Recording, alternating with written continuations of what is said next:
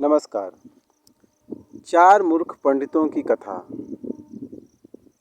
आइए देखते हैं। एक स्थान पर चार ब्राह्मण रहते थे।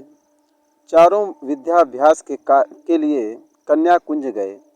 निरंतर 12 वर्षों तक विद्या पढ़ने के बाद वे संपूर्ण शास्त्रों के पारंगत विद्वान हो गए, किंतु व्यवहार बुद्धि से चारों खाली थे।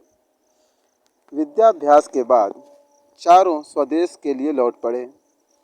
कुछ देर चलने के बाद रास्ता दो ओर भटकता था।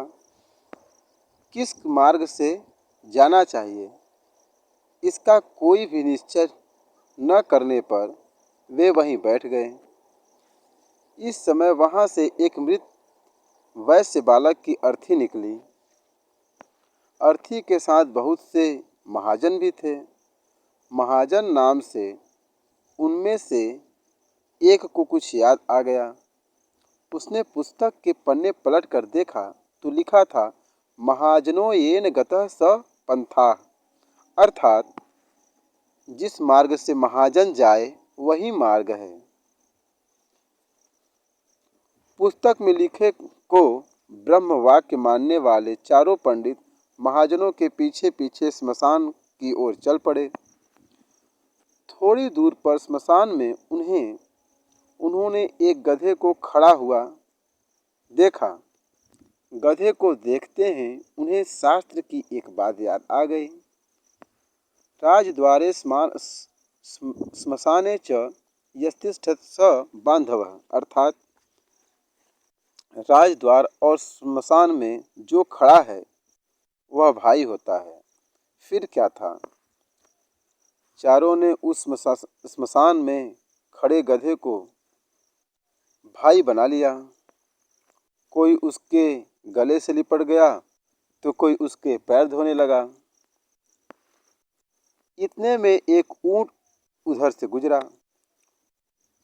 उसे देखकर सब विचार में पड़ गए कि यह कौन है। 12 वर्षों तक विद्यालय की चार दीवारी में रहते हुए उन्हें पुस्तकों के अतिरिक्त संसार की किसी वस्तु का ज्ञान न था। ऊंट को वेग से भागते हुए देखकर उनमें से एक को पुस्तक में लिखा यह वाक्य याद आ गया, धर्मस्य त्वरिता गति, अर्थात धर्म की गति में बड़ा वेग होता है। उन्हें निश्चय हो गया कि वेग से जाने वाली यह वस्तु अवश्य धर्म ही है। उसी समय उनमें से एक को याद आया, इष्टम धर्मेण जोयते येत, अर्थात धर्म का संयोग इष्ट से करा दे। उनकी समझ में इष्ट बांधव था गधा और ऊंट या धर्म दोनों का संयोग कराना उन्होंने शास्त्र उक्त मान लिया।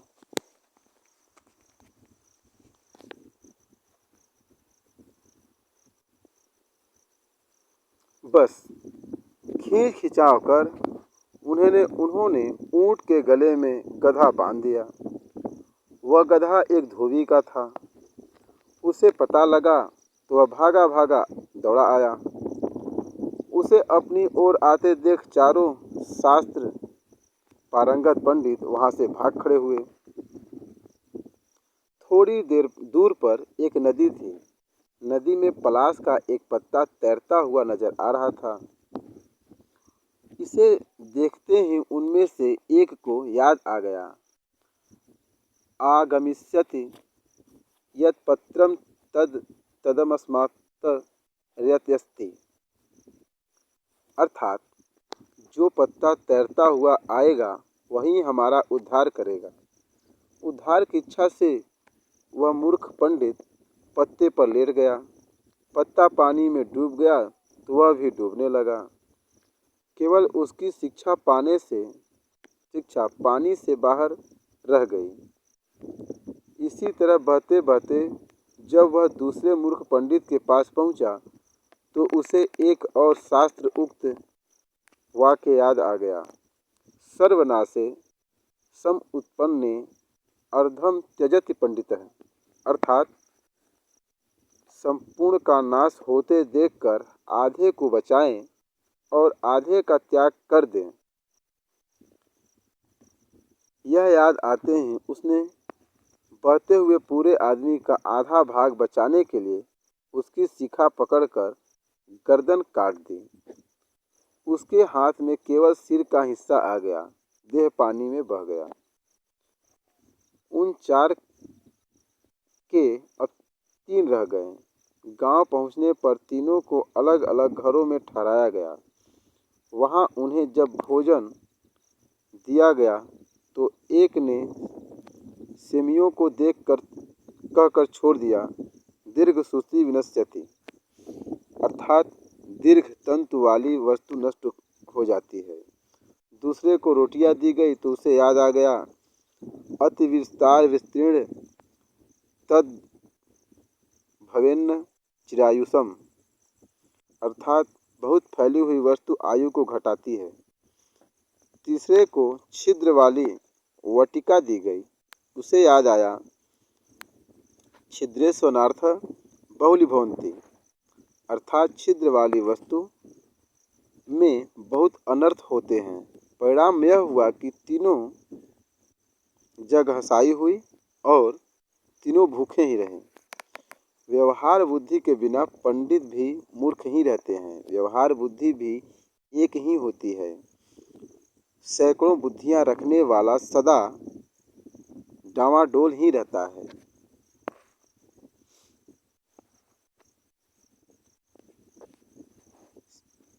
इससे यह शिक्षा मिलती है कि हमेशा